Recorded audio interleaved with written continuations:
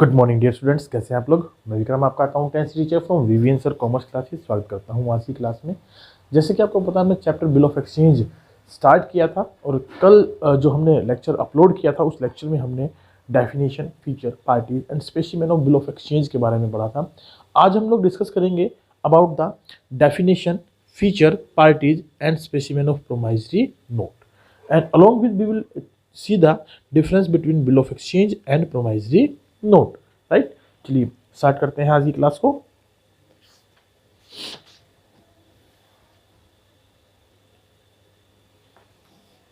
प्रोमाइजरी note, जिनको हम P note short में ले लेते हैं, P notes.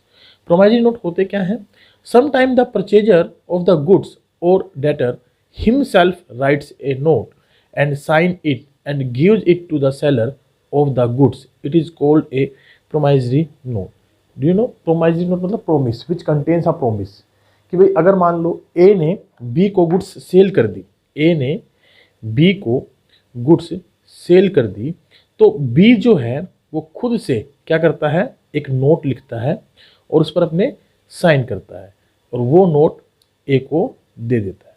It is called a promissory note. B कह रहा है कि मैं प्रॉमिस करता हूं कि आपको पैसा एक फिक्स पीरियड के बाद जो है लौटा दूंगा, जो भी फिक्स पीरियड होगा, डिसाइडेड होगा, वो बताएगा उसके अंदर, ठीक है। It is called a promissory note according to Indian negotiable instrument act. A promissory note is an instrument in writing, not being a bank note और ए करेंसी नोट। ध्यान रखिए, ये किसी करेंसी नोट या बैंक नोट जैसा नहीं होता है, ठीक है। कहीं आप करेंसी नोट या बैंक नोट को भी प्रोमाइजरी नोट मान लें। Containing an unconditional undertaking signed by the maker to pay the certain sum of money to or to the order of a certain person, that is called promissory note। यहाँ पर अब विशेष तौर पर जो बात ध्यान देने योग्य है वो ये है कि जब हमने बिल ऑफ एक्सचेंज पढ़ा तो वहाँ पर जब गुड्स ए बी को सेल कर रहा था तो बिल की राइटिंग कौन कर रहा था? ए कर रहा था और बी उस पर अपनी एक्सेप्टेंस दे रहा था। यानी वहाँ पर ए जो था दैट इज आवर क्रेडिटर, ए कौन था? हमारा क्रेडिटर, और बी कौन था? हमारा डेटर, ठीक है, देनदार। और वहां पर बिल कौन लिख रहा था? ए लिख रहा था। किसमें? बिल ऑफ एक्सचेंज में। बिल ऑफ एक्सचेंज में बिल कौन लिख रहा था? क्रेडिटर, जिसको हमने ड्रॉवर का नाम दिया था, राइट। और यहां पर जब हम बात करेंगे पी नोट के अंदर, पी नोट के अंदर जब हम बात करेंगे तो गुड्स तो ए बेच रहा है, खरीदने वाला बी है, और बी को डेटर और ए को हम क्रेडिटर ही कहेंगे, लेकिन बिल लिखेगा कौन? Debtor. Who will write the bill? यहाँ पर डेटर, डेटर को क्या कहेंगे हम? मेकर कहेंगे। He will write the bill, he will write the bill. किसमें? Under the promissory note. ये डिफरेंस है इन दोनों में, ठीक है, इसको आपने ध्यान रखना है। चलिए इसकी कुछ फीचर्स हम पढ़ते हैं। It must be in writing, पहला फीचर, ये राइटिंग में होना चाहिए, देयर इज नो डाउट। जो बिल होते हैं बेसिकली वो राइटिंग में ही होते हैं और उनको राइटिंग में ही लिखा जाएगा, ओरल बिल नहीं लिखा जाएगा, right. Second, there must be a promise to pay a certain sum of money in it. For example, I owe you rupees 10,000 is not a promissory note because it is merely an acknowledgement of debt and there is no promise to pay, right? तो ये क्या है? एक promise होता है जिसमें एक certain sum of money के बारे में लिखा होता है। एग्जाम्पल के तौर पर I owe you rupees 10,000 is not a promissory note because it is merely an acknowledgement कि मैंने आपसे 10,000 रुपये लिए हैं। ये प्रॉमिस नहीं है, that he is not giving any kind of promise कि I will make the repayment of your 10,000 on a particular date. ऐसा इसमें कुछ नहीं लिखा, सिंपल लिखा कि मैंने आपसे 10,000 रुपये लिए हैं। इट इज़ एन एक्नोलिजमेंट, तो ये प्रॉमिस नहीं है, right.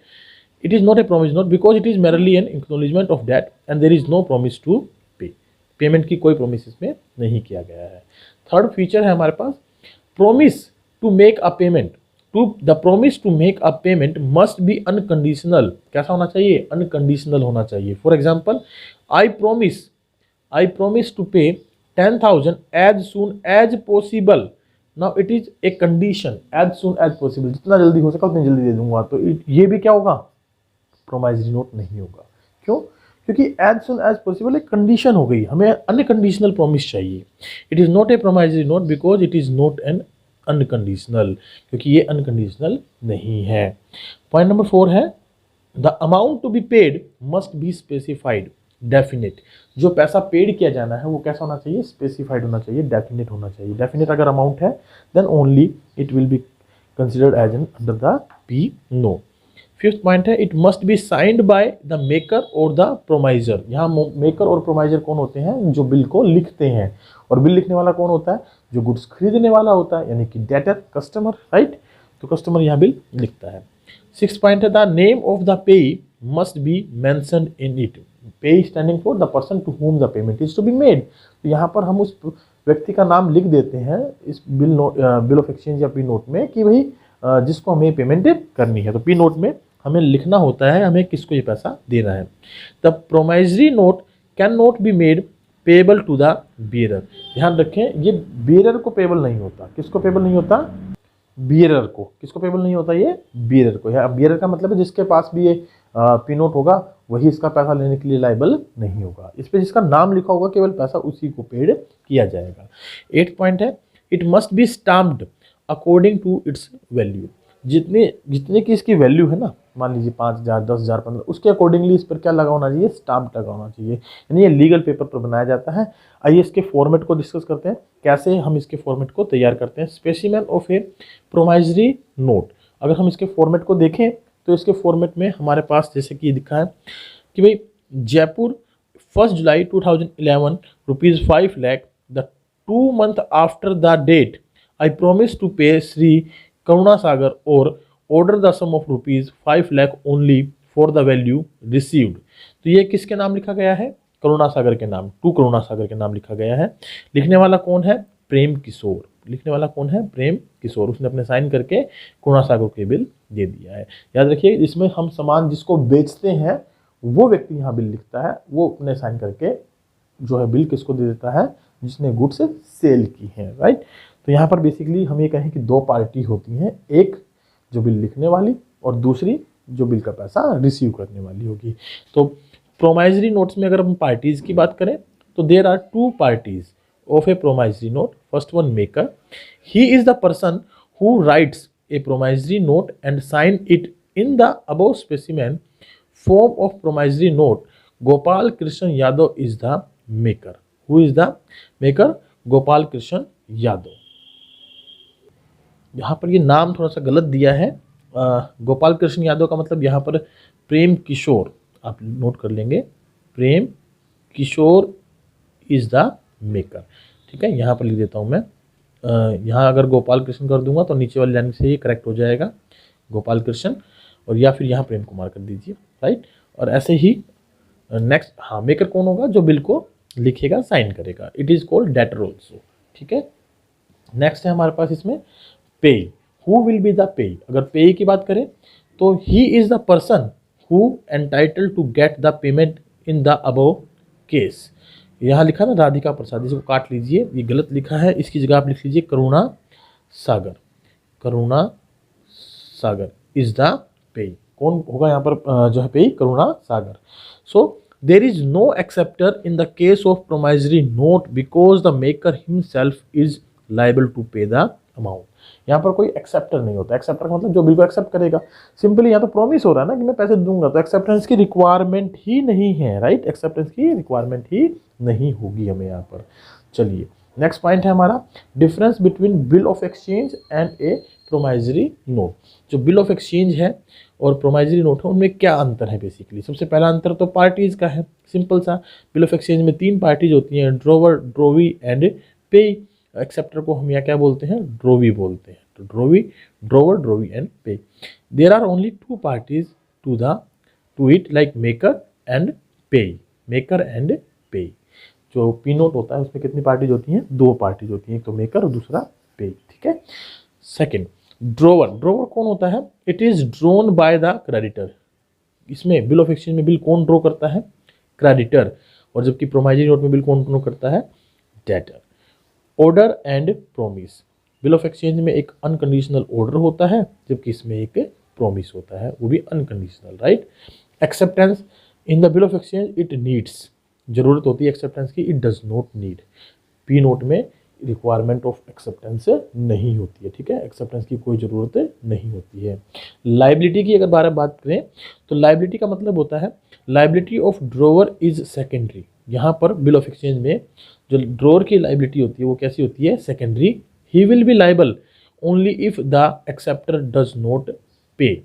On the other hand under the promissory note liability of drawer is primary. उसकी लाइबिलिटी कैसी होती है, प्राइमरी लाइबिलिटी होती है, राइट। इनके बारे में डिटेल से आप लोग पढ़ेंगे जब आगे सीए फाउंडेशन या इंटरमीडिएट के कोर्सेज को अप्लाई करेंगे, सीए के कोर्स को अप्लाई करेंगे, तब इनके बारे में और डिटेल से पढ़ेंगे। We are discussing here only basic things जो हमारे सिलेबस के से रिक्वायर्ड है, राइट। नेक्स्ट है पेई। सिक्स्थ डिफरेंस में पेई, ड्रोअर कैन बी द पेई ऑफ बिल। ड्रोअर क्या हो सकता है, पेई ऑफ बिल हो सकता है। Maker can not be the पेई, मेकर पेई नहीं हो सकता क्योंकि वो तो प्रॉमिस करने वाला, पैसा देने वाला है।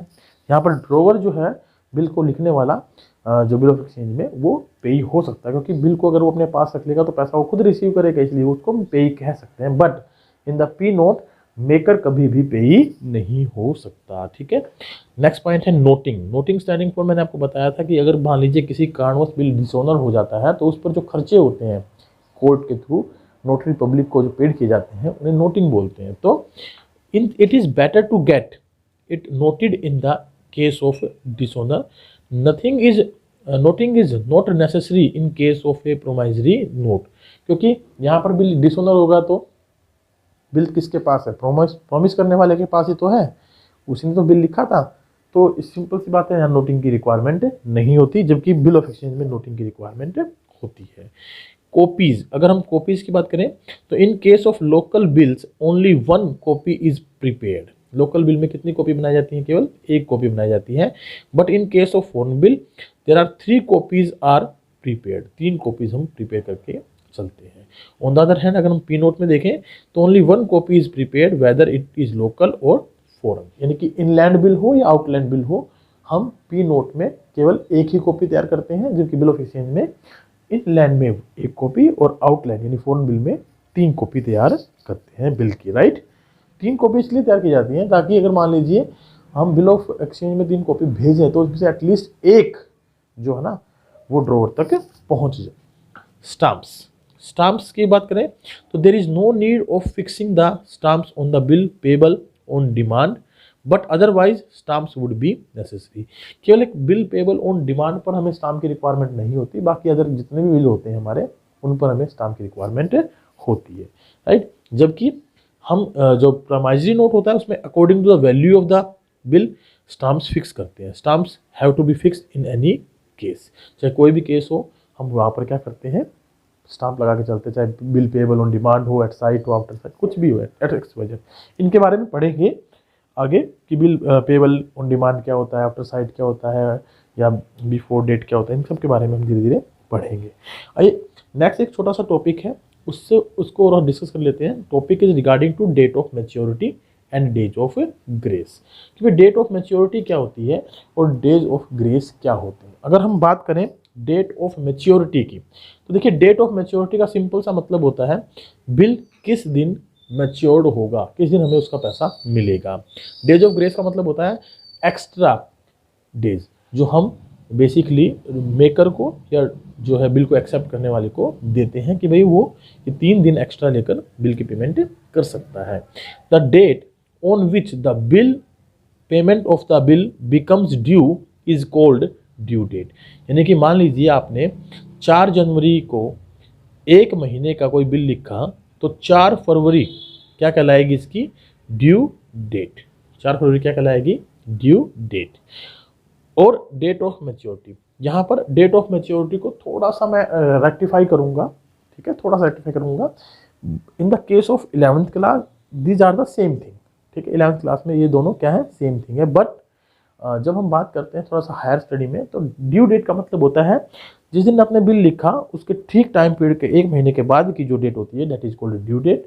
और यदि उसमें हम डेज ऑफ ग्रेस ऐड कर दें, क्या ऐड कर दें, डेज ऑफ ग्रेस, जो कि बेसिकली 3 दिन होते हैं, तो ये जो आएगी 7th of Feb that is called date of maturity, तो इसे हम डेट ऑफ मैच्योरिटी कहेंगे, ठीक है। In other words the date on which the duration of bill comes to an end is called due date. While calculating the due date of the bill or maturity date of the bill, it is compulsory to add 3 days to the period of bill. These 3 days are called days of grace. For example, if a bill is drawn on 1st July 2012 and payable after 2 months after the date, its maturity date will be 4th September 2012. यानी कि 1 जुलाई को bill लिखा और 2 महीने के बाद की बात करें तो जुलाई के बाद अगस्त सितंबर, 1 सितंबर को बिल चला गया, दैट इज ड्यू डेट, उसमें 3 दिन ग्रेस के ऐड कर देंगे तो that is called 4th, it will B 4th September 2012, right. थोड़ा सा आपको ध्यान देना है यहाँ पर कि जब भी आप डेट ऑफ मैच्योरिटी की कैलकुलेशन करेंगे तो 2 बातें आपने ध्यान करनी है। यदि आपकी डेट ऑफ मैच्योरिटी किसी ऐसे दिन पड़ रही है जिस दिन गवर्नमेंट या गस्टेड हॉलीडे है तो हम एक दिन पहले डेट ऑफ मैच्योरिटी कंसिडर करेंगे। और यदि मान लीजिए आपकी डेट ऑफ मैच्योरिटी जिस डेट को पड़ रही है उस दिन यदि कोई इमरजेंसी हॉलीडे डिक्लेयर हुआ है तो हम नेक्स्ट डे क्या मानेंगे, डेट ऑफ मैच्योरिटी। एग्जाम्पल के तौर पर मान लो आपकी डेट ऑफ मैच्योरिटी आई 15 अगस्त को, 15 अगस्त की छुट्टी होती है तो हम मैच्योरिटी डेट क्या मानेंगे, 14 अगस्त, राइट। और अगर मान लीजिए आपकी डेट ऑफ मैच्योरिटी आती है पार्टिकुलरली 17 जनवरी को, जिस दिन कोई छुट्टी नहीं है लेकिन इमरजेंसी हॉलीडे डिक्लेयर हो गया, तो उस दिन हम जो डेट ऑफ मैच्योरिटी मानेंगे वो क्या मानेंगे, 18 जनवरी। Is it clear? So following points are very very significant for calculating the date of maturity. तो आपको ध्यान रखना है इन पॉइंट्स के बारे में जो अभी हम डिस्कस करने जा रहे हैं। जब भी डेट ऑफ मैच्योरिटी निकाली जाएगी तो ये 2 बातें आपने बहुत इंपॉर्टेंट तौर पर नोट कर लेनी है, निशान लगा लेना इनके ऊपर कि भाई हाँ ये 2 बातें हमेशा आपको याद रखनी है। कौन कौन सी हैं? If a bill falls due in those month in which there is no corresponding day, that is 29, 30, 31st date, its maturity date will be the last date of such months। हाँ एक बात और ये भी आपको नोट करनी है कि अगर मान लीजिए आपने बिल लिखा 29 जनवरी 2015 को, ठीक है, और नेक्स्ट मंथ में जो है 29 फरवरी होती ही नहीं है क्योंकि 2015 लीप वर्ष नहीं है, तो उसमें हम 28 फरवरी को क्या मान लेंगे, लास्ट डेट मान लेंगे, राइट।